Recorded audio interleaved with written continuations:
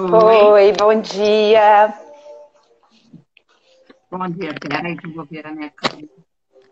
Esse início, para ajeitar, né? Esse início a gente fica ajeitando.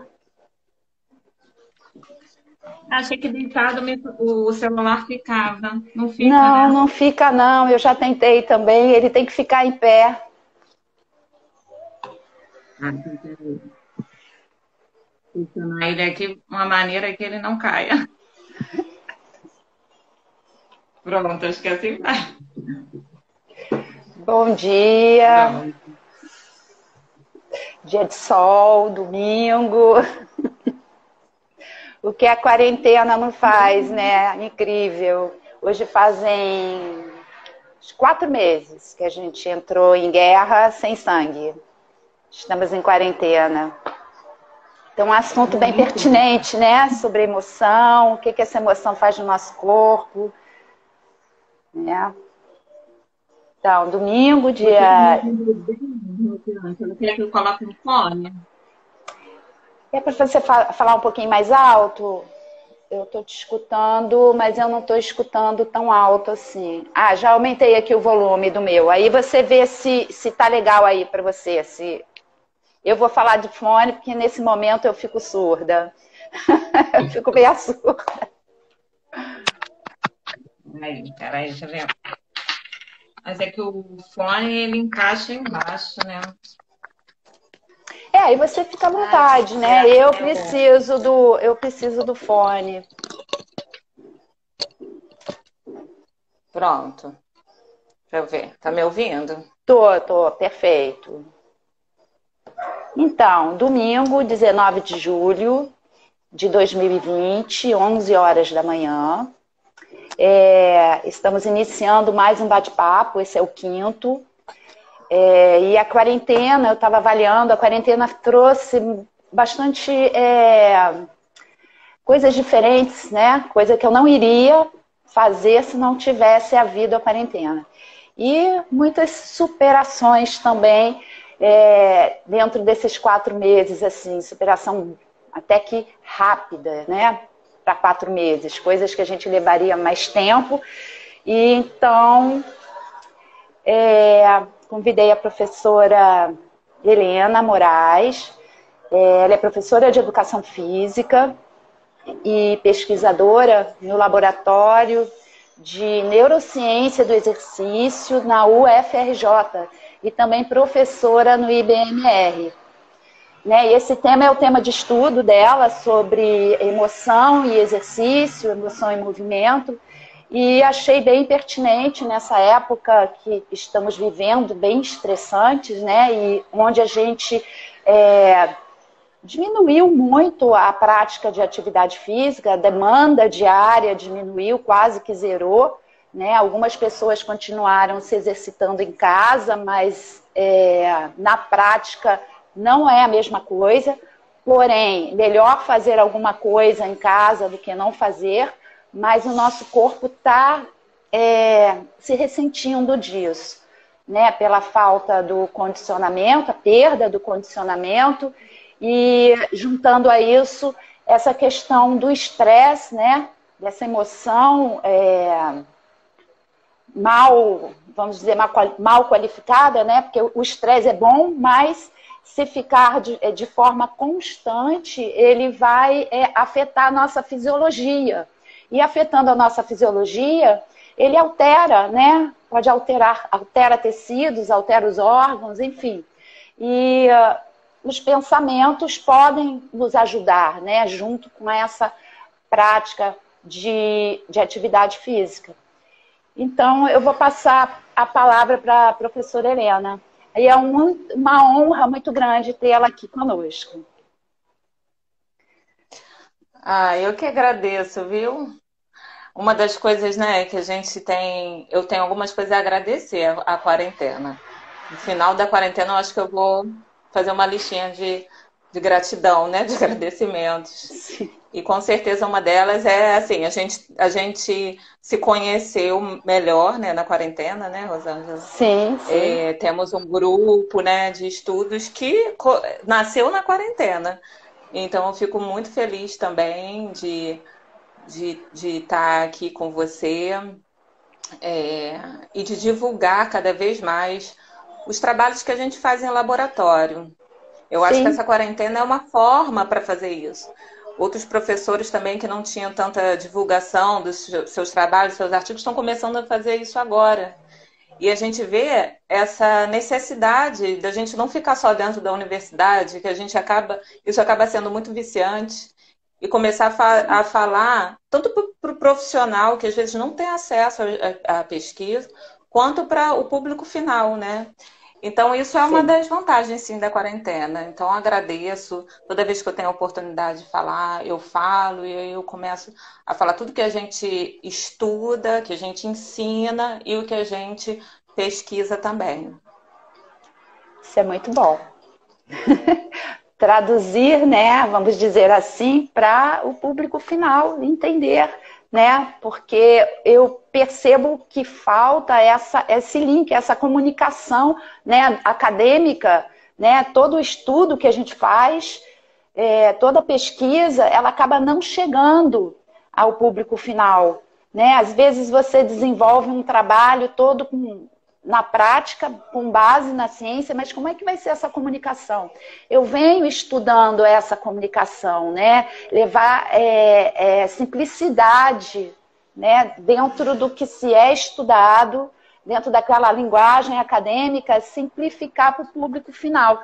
E eu tenho tido resultados, né? Tanto assim na prática, na explicação, né, e tem chegado pessoas da base, chama-se, né, do público final, né, não vou chamar da base da pirâmide, né, mas seria aquele público que não é da área da saúde, que não tem esse entendimento e também não quer, não se interessa. Porque eu escuto feedback das pessoas. Ah, não, falou muito difícil, não consegui escutar até o final. Né, então eu quero algo mais simples. Foi por isso, né, que eu te chamei aqui para falar dessa, né, porque é complicado a fisiologia, toda a fisiologia, né, toda essa questão de neurônio, dessas conexões todas, né, dos hormônios. Se você pegar um livro de neurociências, né, tá, aquele livro assusta, né? Então, é isso. Eu te chamei para, né, para a gente poder levar esse conhecimento para esse público final, sim. E aí eu deixo uma questão, né? Eu queria abordar essa questão de como essa emoção ela atinge, ela afeta a nossa fisiologia, né? Para depois a gente ver como que o exercício vai poder nos ajudar, né? A minimizar essas mudanças. Né? Eu estou olhando aqui para o estresse. Mas, lógico, existem emoções boas e benéficas, né? Mas o que mais nos afeta é a questão do estresse, né? Baixando a imunidade, enfim. Essa questão da corpo e emoção, né, é um assunto muito lindo, muito rico. A discussão dele começou há muitos anos atrás.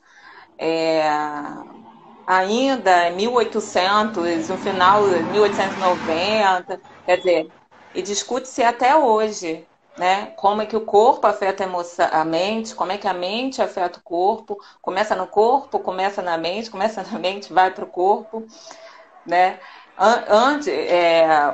Começou, na verdade, no ramo da fisiologia, a se pensar, bom, primeiro eu sinto no meu corpo, né? Então começou lá com William James, que foi o pai da psicologia, né? E aí ele falou assim, bom, primeiro começa a emoção no meu corpo. Eu tenho medo porque eu choro. Eu tenho medo porque eu corro. Começa as alterações fisiológicas e depois isso vai para o meu cérebro. Então ele foi um grande defensor disso. Isso começa no corpo, a emoção começa no corpo.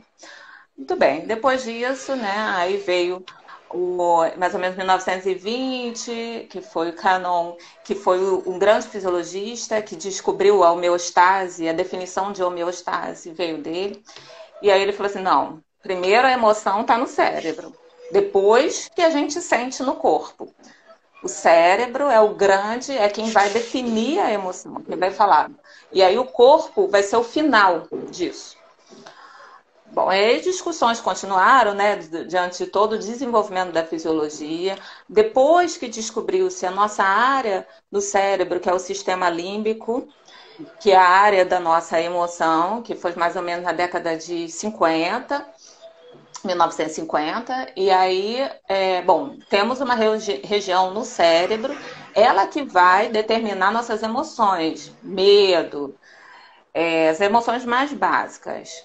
E aí, A amígdala, isso né? vai para o corpo. A amígdala é uma região do sistema límbico, né? Ela está muito associada com medo, mas hoje se fala de outras emoções também relacionadas à amígdala. E aí a amígdala vai mandar essa informação para o nosso tronco encefálico manda para o corpo, através de hormônios ou através das tensões. Né? Então aí a gente tem a ação endócrina e a ação também de se tensionar ou de se relaxar, né? Começando no cérebro e indo para o corpo. Muito bem. Aí depois, mais ou menos no ano 2000, vem Damásio, né? Que é um neurofisiologista português, que a gente estuda bastante, que aí fala o seguinte, bom, tudo bem, pode até começar no cérebro e tal, mas o corpo, ele não é o final disso. O corpo, ele faz parte dessa definição de emoção também. A gente precisa ter um marcador somático, e aí eu sinto no corpo através de, dependendo da emoção que for, e esse corpo, ele dá um feedback para o meu cérebro. E aí o cérebro vai falar assim, bom, ela está tensa, ela não está tensa. Então o corpo, ele não é, hoje em dia que a gente acredita, ele não é um final. A emoção não começa aqui e vai para o meu corpo. Ele participa da emoção. Então o corpo-mente, hoje em dia, a gente tem uma visão integrativa entre as duas. Não é que assim, o corpo interfere na mente, a mente interfere no corpo. Elas são integradas. Uma emoção eu tenho na minha mente e eu tenho no meu corpo. Então, esse assunto é muito lindo da gente estudar, é muito rico. E aí começam hoje a ter algumas pesquisas que voltam ao pensamento do William James.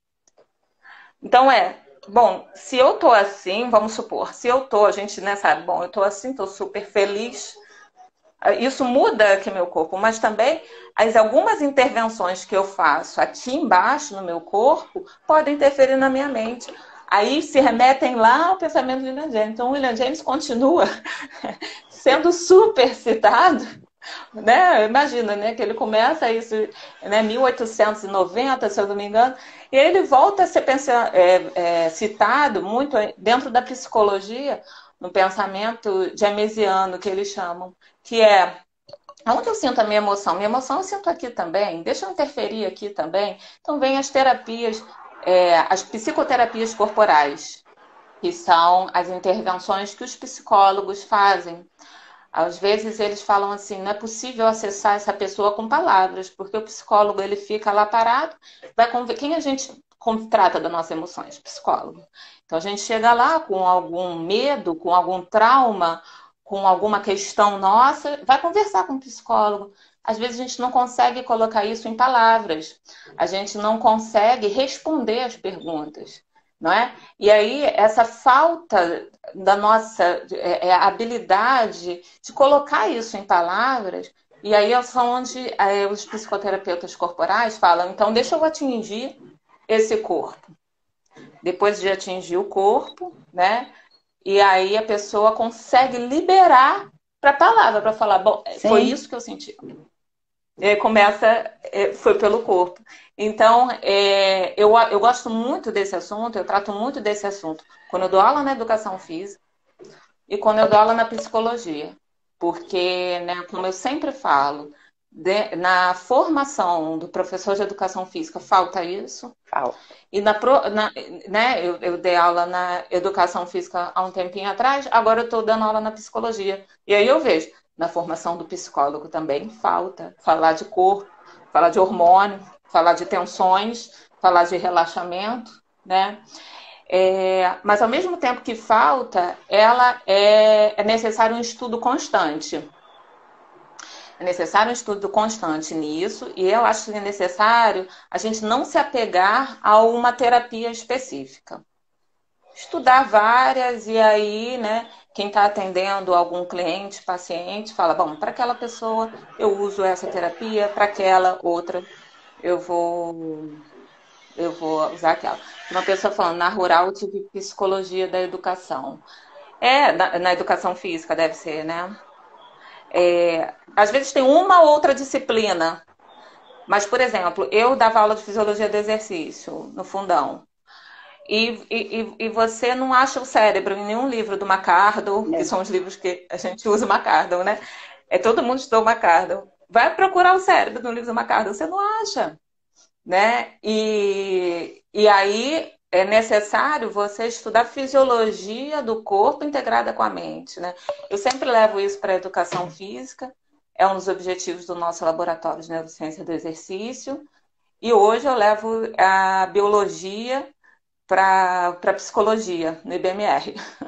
Sim, ótima essa integração, porque eu tive que buscar fora toda essa informação, né? Eu coloco na prática aqui com os diferentes públicos, né, que a gente atende aqui, e eu observo que uns você tem que fazer uma abordagem com foco na tarefa, porque a pessoa é tão ansiosa que se você mandar ela respirar, ela não vai querer respirar, ela vai ficar mais ansiosa ainda. Então a gente vai comendo pelas beiradas, eu gosto de falar assim, né? E aí no final você consegue atingir o objetivo, porque ela vai acabar coordenando aquela respiração, ela vai acabar focando na tarefa dela, do momento, e esquecendo aqueles problemas. Né? E tanto com outras pessoas a gente consegue acessar pela via da respiração. Né? O fato de conscientizar aquela respiração, a pessoa já entra num estado emocional mais relaxado. É interessante isso, né? E outra coisa que eu observei aqui desculpa. Não, só para fechar isso. Pessoas que entram mudas e caladas no tratamento da fisioterapia, vamos dizer assim, e conforme você vai também tratando, mobilizando, né, aquele corpo, daqui a pouco a pessoa não para mais de falar, né, porque acessou pelo corpo, mas ela não quer ir a um psicólogo, porque ela não tem nada o que falar. Mas o corpo dela tem, né? Só que ali na fisioterapia ela consegue falar, ela solta. Aí começa a soltar e relaxar aquele corpo. Interessante. É uma integração incrível, incrível. As terapias corporais, né? Hoje a gente tem no SUS, né? No Ministério da Saúde, aqui do Brasil, reconheceu as práticas integrativas corporais e tem algumas, né? Então, reconhece a biodança, a terapia bioenergética, reconhece o yoga. A meditação, o reiki, não sei se é o reiki ou imposição de mãos, o nome que eles usam, né? Mas todas elas têm uma origem oriental, né? Algumas já chegaram aqui no Ocidente, então a gente vê várias pessoas praticando tai chi, yoga. Outras não, outras a gente olha e fala, o que é isso? Nunca ouvi falar, né? Outras estão chegando agora, como o Qigong, chegando agora mais aqui, sendo mais popularizado. Mas todas elas, independente de qual for, elas têm duas coisas comuns. Uma é respiração. Todas elas trabalham de alguma forma a consciência da respiração. Então, a respiração para os orientais tem um equilíbrio da sua energia vital. Então, eles acreditam muito no fluxo de energia vital, seja parado num chakra, seja o ki, para o japonês é o ki, para o indiano é o prana. A energia vital da gente é um desequilíbrio da sua energia vital, por isso que está te levando a alguma emoção, algum descontrole da sua emoção. Os orientais acreditam nisso, né? É lindo e tal, mas a gente ocidental, a gente só acredita em coisas comprovadas cientificamente. Embora o Ministério da Saúde, né, tenha colocado o yoga, o reiki, e alguns hospitais, como por exemplo Einstein, utiliza isso, mas assim, no nosso público, né, final, só acreditam em coisas já comprovadas. Então vamos esquecer um pouquinho de energia vital, mas aí acredita-se que a questão, alguma coisa da respiração. Tem alguma coisa na conscientização da nossa respiração, dos exercícios respiratórios, que modifica a gente sabe disso. Então, tem um estudo que saiu na Nature, eu esqueci o ano, acho que tem uns, não sei se foi em 2010, que aí eles descobriram neurônios no nosso tronco encefálico, que eles chamam neurônios espiões. É um outro tipo de neurônio que a gente não conhecia antes. Eles chamam neurônios espiões. Eles estão espiando como está a nossa respiração. A Nature usa esse nome, neurônios espiões. É complexo de Pré-Botzinger, o nome fisiológico, mas apelidaram de neurônios espiões. E aí, conforme está a nossa respiração, eles acionam noradrenalina no cérebro. Noradrenalina, está um pouquinho de barulho, não sei se é aqui. É aqui, com esse barulho? Não estou ouvindo, não. Para mim, estou ouvindo. Não. A noradrenalina, ela é um neurotransmissor que coloca o nosso cérebro muito ativo. Então, os neurônios espiões vão espiar. Bom, deixa eu ver como é que está a respiração da Helena. Se eu estou aqui, ó, ofegante, né, porque eu estou com algum medo e muda sutilmente a nossa respiração, a gente nem percebe, né? Você está aqui com a respiração curta, neurônio espião espia isso, aumenta a noradrenalina no meu cérebro, eu fico mais ativada ainda, mais ansiosa ainda. Aí é aquele ciclo, né? A partir do momento que eu começo a inspirar, a neurônio espião fala assim, estranho, acho que ela tá relaxada, acho que tá tudo bem. Vou mudar essa fisiologia aqui de cima. Eu tô achando que lá embaixo tá tudo bem. E aí coordena os níveis de noradrenalina, fizeram esses estudos com ratos, e os ratos não tiveram mais medo.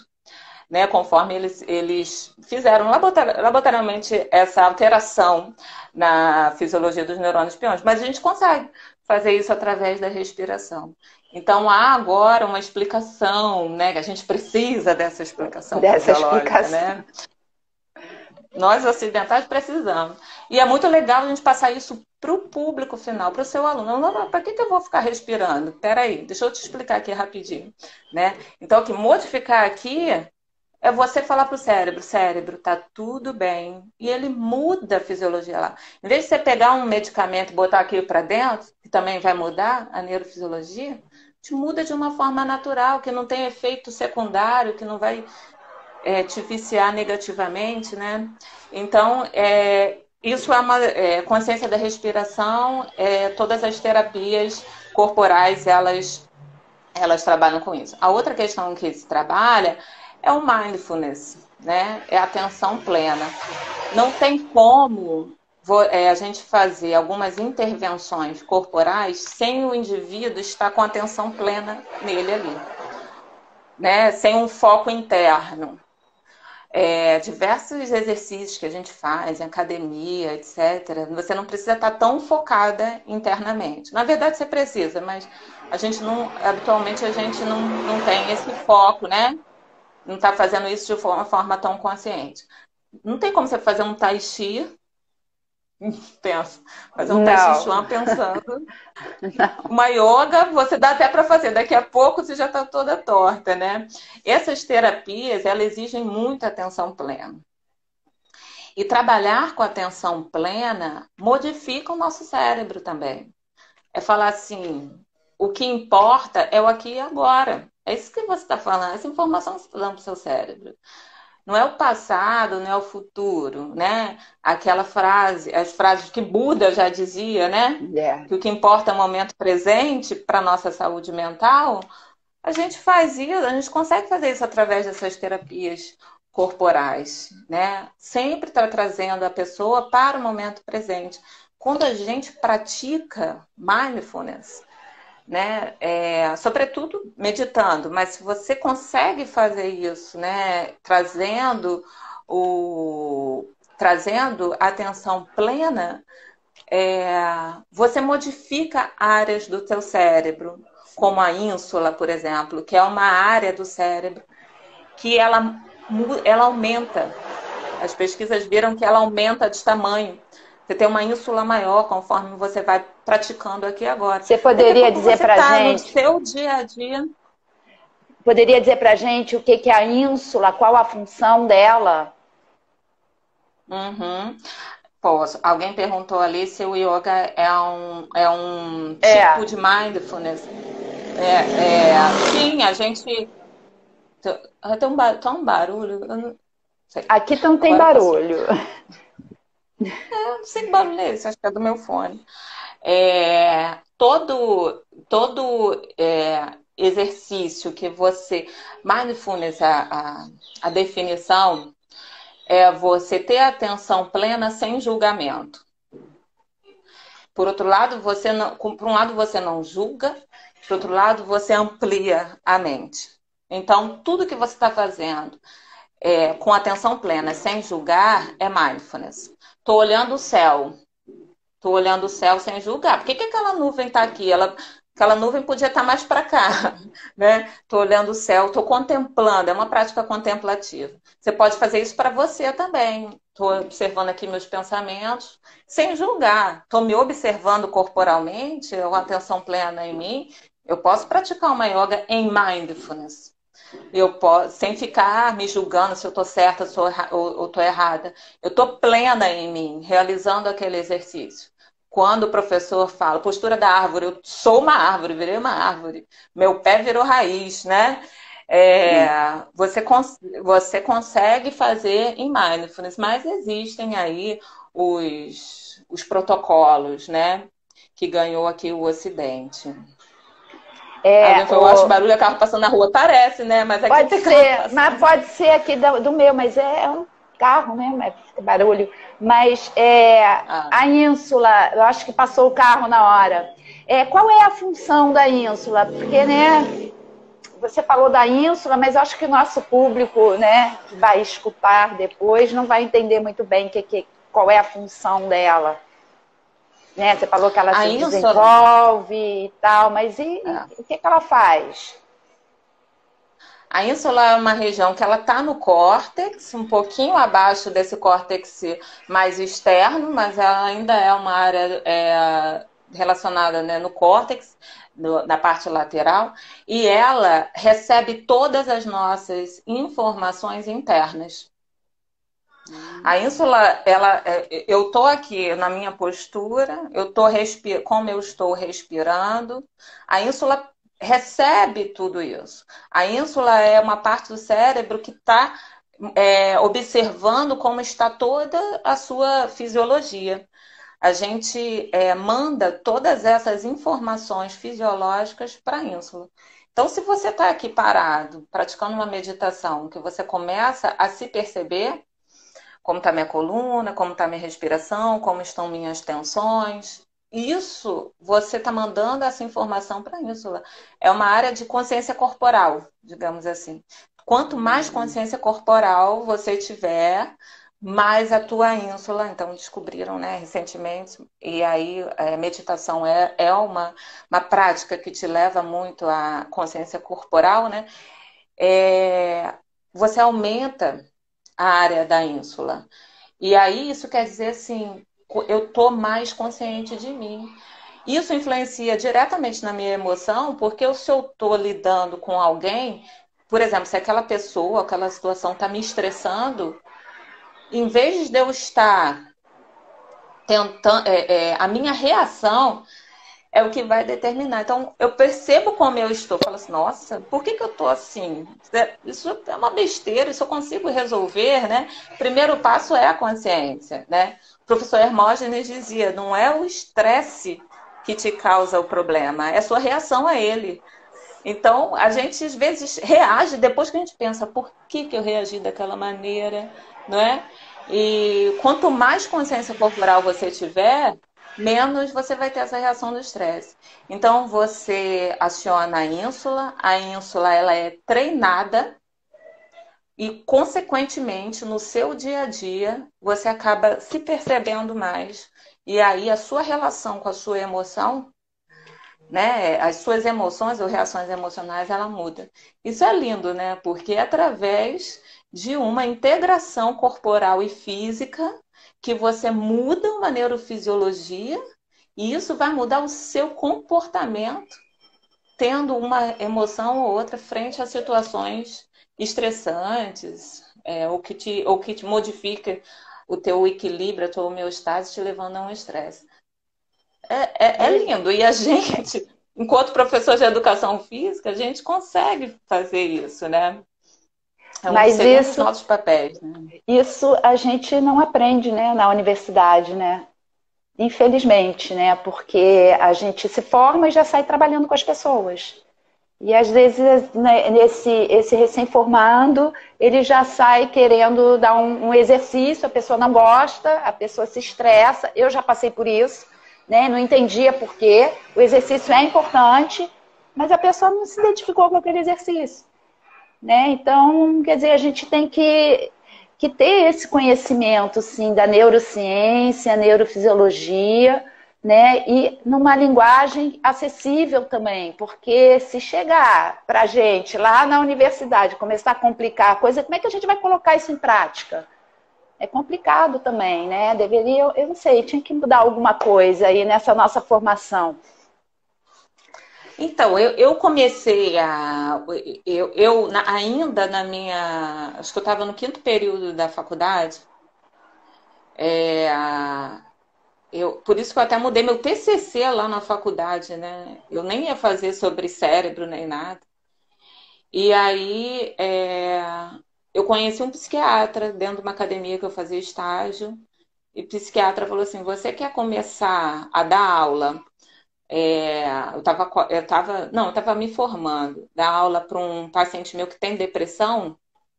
Eu falei, quero. Comecei a estudar depressão. Quer dizer, sabia nem o que era depressão. A gente acha que a pessoa chorando, né? Comecei a estudar toda a fisiologia da depressão. Então começou muito assim, né? E aí eu fui buscar, né? Depois que fui fazer o mestrado, doutorado, muito fora do que eu havia aprendido. Mas depois disso eu comecei a atender um monte de gente com depressão, com ansiedade e tal. Muitas das pessoas atendem, né? Dentro de uma academia a gente atende. E dá para se atender de forma perfeita, não tem, ninguém atende uma depressão grave dentro da Sim, academia, porque uma pessoa depressiva grave nem vai para uma nem academia, vai para né? a academia. Mas você consegue fazer um trabalho melhor se você conhece essas intervenções. Se você conhece a neurofisiologia do transtorno mental, e como que você consegue trabalhar o seu corpo e influenciar nas emoções, você consegue fazer um trabalho melhor. Além disso, entender os fármacos, entender o que esses fármacos vão alterar nessa pessoa. Por exemplo, dar mais sono para ela. Aí eu marcava o aluno 8 horas da manhã. Aí ele me mandava uma mensagem com a voz assim, grogue, falava, Helena, eu tomei um remédio ontem, não estou conseguindo. Aí ou você fica pé da vida, porque você não vai receber aquele dinheiro, né? Dependendo da forma que você combinou. Ou você entende que fala, olha, para você a gente tem que marcar mais tarde. Porque esse remédio você está tomando. Então a gente precisa estudar também. Ou às vezes esse medicamento vai alterar uma pressão arterial, ou temperatura corporal. Então é necessário a gente ter um pouco mais de entendimento dessa área neurofisiológica e psicológica, sabe? O professor de educação física, né, no caso. Então eu vejo que a importância de uma avaliação, né? Então o que a gente vê na academia, a pessoa se inscreve, ela faz uma avaliação daquela que é o percentual de gordura, peso, altura, e você não vê uma avaliação mais, uma anamnese mais aprofundada, né? Coisa que aqui na escola de movimento a gente faz, né? Eu falo muito que é muito importante esse primeiro contato, até para você criar um ambiente confiável, né, para essa pessoa que chega, Porque normalmente quem chega aqui na escola de movimento são pessoas que não querem a academia, para começar. Elas querem um atendimento mais personalizado. Mesmo fazendo em grupo, são grupos pequenos, de 3, no máximo 4 pessoas, esse atendimento é individualizado.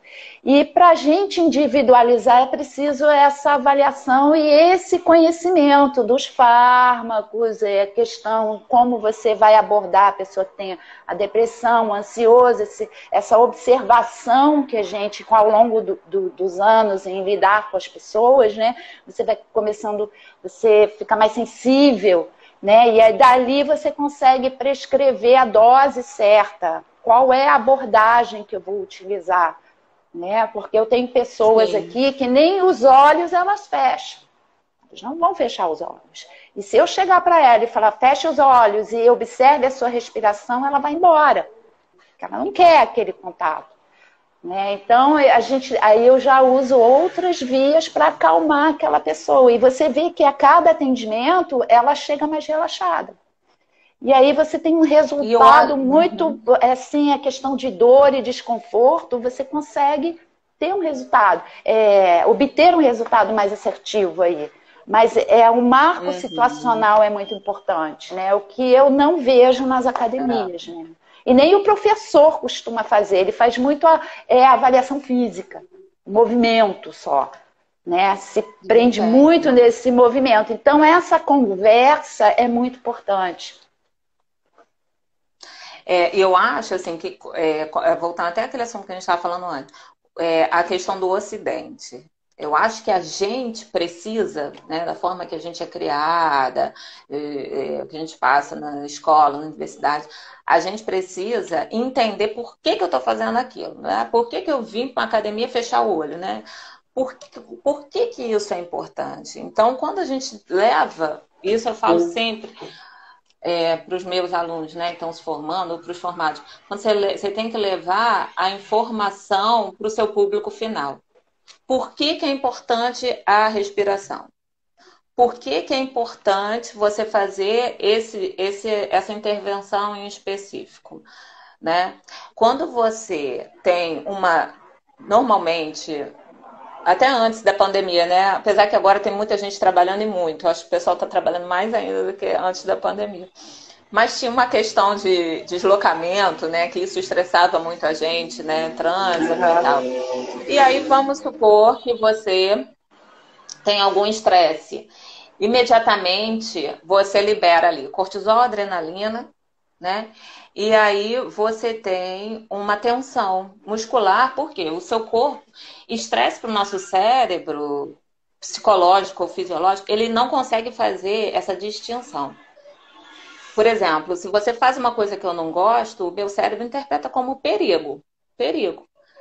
Helena está com perigo de vida. Então ali você vai acionar cortisol, você vai acionar adrenalina para uma ação de luta e fuga. Porque é como se eu tivesse situação de perigo. Em situação de perigo, ou a gente precisa fugir, ou a gente precisa lutar. A gente herda essa fisiologia, né, lá dos animais, dos nossos ancestrais. Pois bem. Então, eu estou num momento aqui de perigo, imediatamente eu tensiono ilho-psoas, que eu preciso correr. E aí vai me dar uma dor lombar depois. Então, há a necessidade do alongamento do ilho-psoas. Porque ilho-psoas, para correr aqui, essa região do pescoço, para você se esconder. Por quê? Aí lembra lá dos animais. Qual a situação de perigo dos animais? O predador está atrás dele, ele é uma presa. Ele se esconde, ou ele corre, ou ele luta, né? A gente tem toda essa fisiologia dentro do nosso cérebro. Então, aqui, a gente tensiona também. Vamos esconder. Né? Então, são os músculos mais estudados. E aí, consequentemente, a gente tem aquelas dores musculares no dia seguinte, ou dores lombares, ou os dois, né? E aí, o que a gente faz? A gente, né? Eu falo a gente fala lá do público final, mas a gente também faz isso, né? Se a gente não tiver muita consciência corporal, o que você faz? Você modifica aqui a tua cabeça um pouco para o lado, para você, amanhã preciso trabalhar, não vou ficar perdendo tempo, me alongando, vou ficar um pouquinho assim que tudo bem. No outro dia, você não fez, você não modificou em nada. Você vai lidar de novo com aquele estresse. Nada mudou, né? Aí você vai e assim, você vai compensando o seu corpo que já foi moldado. A gente está esquecendo também da infância, né? Que tem outras questões corporais aí que a gente Uhum. pode abordar. Mas estou falando de questões agora que você está modificando o seu corpo ali para disfarçar uma tensão, não é? E aí você não faz nada. Às vezes você fica assim, você procura uma massagem e você não faz nada, né? O que é necessário fazer? Tanto entender por que aquilo está me estressando, ou seja, abonar a causa. Porque se eu faço massagem, no outro dia eu continuo estressada, eu vou ter as mesmas defesas corporais, você vai continuar a dor. Não é? Então, existe a intervenção da psicologia aí, e a intervenção do profissional de educação física é no conhecimento corporal daquela pessoa para aquela situação. Então, conforme cronicamente, né, a pessoa vai fazendo exercícios de consciência corporal, ela se torna mais consciente do corpo dela. Fala assim, pô, senti aqui. Foi por isso, foi aquilo que aconteceu ontem, porque a ínsula ela está aumentada. Né? É até quanto mais consciente corporal, né, conforme você vai fazendo, é até chato, porque daqui a pouco você fala, ai, eu já sei porque eu tô assim por causa daquilo. Que você fica assim, você já até sabe, né? Mas falta para a pessoa acessar aquilo, né? Então eu acho que a gente leva essa consciência para o público, fala assim, pô, por que eu tô com uma dor lombar aqui? Você se estressou ontem? Ah, eu me estressei. Você sabia que existe um músculo chamado elipsoas e tal, tal? E aí, ensinar alongamentos de elipsoas. Você não está mudando a fisiologia, o estímulo estressor, porque não somos psicólogos. Mas você está estressado? Deixa eu te ensinar o alongamento do ilha-pessoas. Porque aí o corpo percebe, opa, tem alguma coisa mudando ali embaixo. Ela está alongada, ela está flexível, ela está acionando essa resposta de relaxamento. Vou mudar minha neurofisiologia. E a neurofisiologia, consequentemente, muda. E acho que vão vir mais estudos para comprovar isso. Já tem diversos estudos mostrando isso, ainda são poucos estudos, mas diversos estudos mostrando isso. Então, eu acho que é aí que vai essa intervenção, né? E aí vai a gente explicar isso para o nosso aluno, tanto para as tensões musculares, quanto, por exemplo, na questão de o cortisol. A pessoa acionou o cortisol, no outro dia ela está com uma frequência cardíaca aumentada. Aí você está querendo só o desempenho. Você fala assim, poxa, essa corrida, ela corria 10 quilômetros por hora, a frequência cardíaca dela estava baixando, agora está mais alta, e a pessoa tem uma necessidade de diminuir a velocidade média, que a frequência cardíaca dela está aumentando, porque cortisol tem receptor em todos os nossos sistemas, sistema cardiovascular, no pâncreas para liberar insulina, então altera nosso metabolismo, no cérebro, você vai ter insônia, né? Na parte imunológica, que a gente só fala disso hoje, né? O sistema imunológico, ele tem receptor em todas essas células. Alex, oi, Estão Alex. perguntando Eu não aqui. conheço medicina germânica, não. Conheço. Não conheço. Bom, então a gente pode, da emoção à lesão, né? Essa explicação aí maravilhosa. Quando é que vai ser o curso? Quando é que vai ser o workshop? Sobre isso que eu estou querendo fazer. Muito bom. Então... tem tanto assunto. O elipsoas é o músculo da alma. Tem um livro, eu esqueci o nome da autora. Depois eu até posso colocar. Acho que eu já coloquei até no meu Instagram nesse livro. Ela trata do elipsoas como um músculo da alma. Então, diante desse nosso contexto atual, do sedentarismo, do estresse, vale alongar o ilha-pessoas. Todo mundo alonga o ilha-pessoas, não é isso? Acho que vale, né? Vale. É uma explicação do alongamento, né? Por que que o alongamento ele traz tanto bem-estar, né? Você passa uma atenção, você fala, poxa, eu tô tão relaxada, né? Exatamente. É, é por aí. O relaxamento leva a isso. Então tem uma explicação do alongamento, o exercício respiratório, né? Você enganando seus neurônios espiões, que a gente falou anteriormente. É, no momento de estresse, seu cérebro fica inundado de noradrenalina, que é o neurotransmissor da atenção. Imagina se eu, por exemplo, agora escuto um barulho de tiro. Eu preciso. Opa, na hora, sua atenção aumenta. Você fala, eu me escondo aqui, o que que eu faço? Né?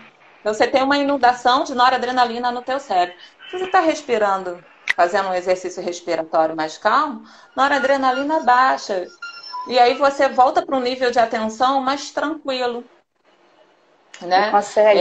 Então tem essa explicação dos exercícios respiratórios, né? Então, ou seja, são todas intervenções que a gente se consegue fazer. A outra coisa é a atenção plena, sempre levar o aluno para a atenção plena, né? Atenção do momento presente. E é muito difícil. O nosso cérebro, ele vaga. A gente, por exemplo, eu posso estar aqui conversando com você, dificilmente eu respondendo as perguntas, meu cérebro vai vagar.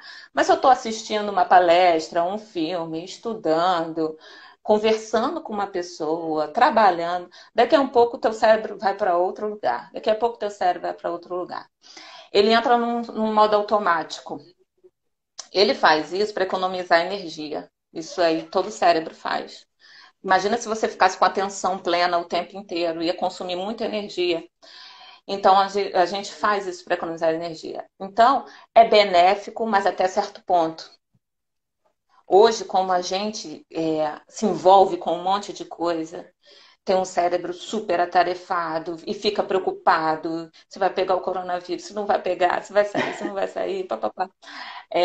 A gente fica não prestando atenção naquilo que a gente precisa fazer naquele momento. O cérebro começa a vagar, entra nesse modo do piloto automático, que chama nas pesquisas default mode. Algumas áreas do piloto automático, elas ficam acionadas.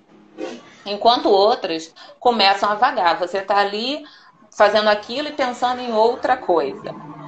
E isso é ruim. Isso é ruim para o cérebro.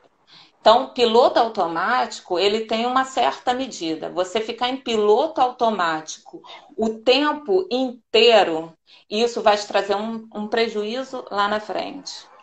Né? Então, isso é o que o Mindfulness ele prega e existem já estudos realizados em Harvard que comprovam isso. A gente tem, em 50% das vezes, o nosso cérebro, a nossa mente está vagando. Até numa conversa, você está conversando com uma pessoa, entenda que 50% daquele tempo ela não prestou atenção em você. Ela prestou atenção na sua roupa, ela lembrou de outra coisa, ela prestou atenção, né, em tudo. Então, aí você fala, poxa, eu tô aqui, não está me dando atenção. Mas você também faz isso. Então, os estudos eles estão vendo isso, que nossa mente está vagando muito, mesmo em situações que a gente precisava ter atenção. Né? A gente está num cérebro muito ativado, fazendo muita sinapse ao mesmo tempo, sem se concentrar em alguma coisa. E aí essa mente ansiosa vai lá para o futuro, né? Será que... E isso vai te gerando cada vez mais estresse. Será que a pessoa vai estar ali? Será que eu vou pegar um coronavírus? Será que isso vai acontecer? Será que se eu sair na rua, será que isso vai dar certo? E aí ficar no momento presente é te dar mais bem-estar, é te dar mais saúde mental. Como que... Então, é uma outra coisa que consegue fazer com as práticas corporais. Treinar o indivíduo para ficar. Atenção plena, momento presente, momento presente. Qual músculo que está trabalhando? Então, hoje se fala da Mind-Muscle Connection. Então, por exemplo, eu vou trabalhar aqui um movimento com o deltoide. Deixa eu mostrar para os olhos. O deltoide ele vai fazer esse movimento. Eu quero que você foque nisso. Não pensa mais em nada. Vou fazer 10 vezes isso. Tá bom? Tá bom. Naquele momento, ela pode ser capaz de prestar atenção. Então, Mind-Muscle Connection... Opa, estou cada vez mais presente no momento presente. Aí eu saio daquela aula com bem-estar, e estou menos estressada no meu dia a dia, porque eu estou mais focada no momento presente.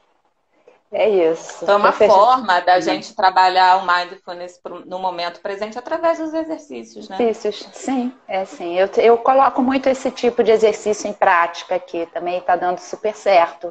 A pessoa sai relaxada, a pessoa treina, né? Ela tem o resultado dela da boa forma também, mas ao mesmo tempo ela sai e fica mais tranquila e focada. É tipo uma meditação. Já até falo, vamos para a meditação. A meditação é fazer exercício. Mas eu gostaria muito de continuar, a gente já está no nosso tempo, né? Esse assunto é muito, né, extenso, muito interessante, né? Gostaria de continuar conversando mais, mas o Instagram só dá pra gente esses 60 minutos, né? Então eu queria agradecer mais uma vez, né? Muita honra tê-la aqui comigo, né? Nessa manhã aí de domingo, estar conosco e trazendo essas preciosidades dessas informações, né? Que agora eu vou correr atrás, vou estudar isso aí, porque esse neurônio espião aí me interessou muito. Vou querer o artigo, vou querer ler. Tá? Então, obrigado aí por tudo. Essa live vai ficar gravada no IGTV, no nosso canal no YouTube, que é a Escola de Movimento Corpo, e agora em podcast, né? Podcast no Spotify também. Tá? Muito obrigada. Parabéns. Tchau, gente. Tchau, gente. Muito obrigada, viu?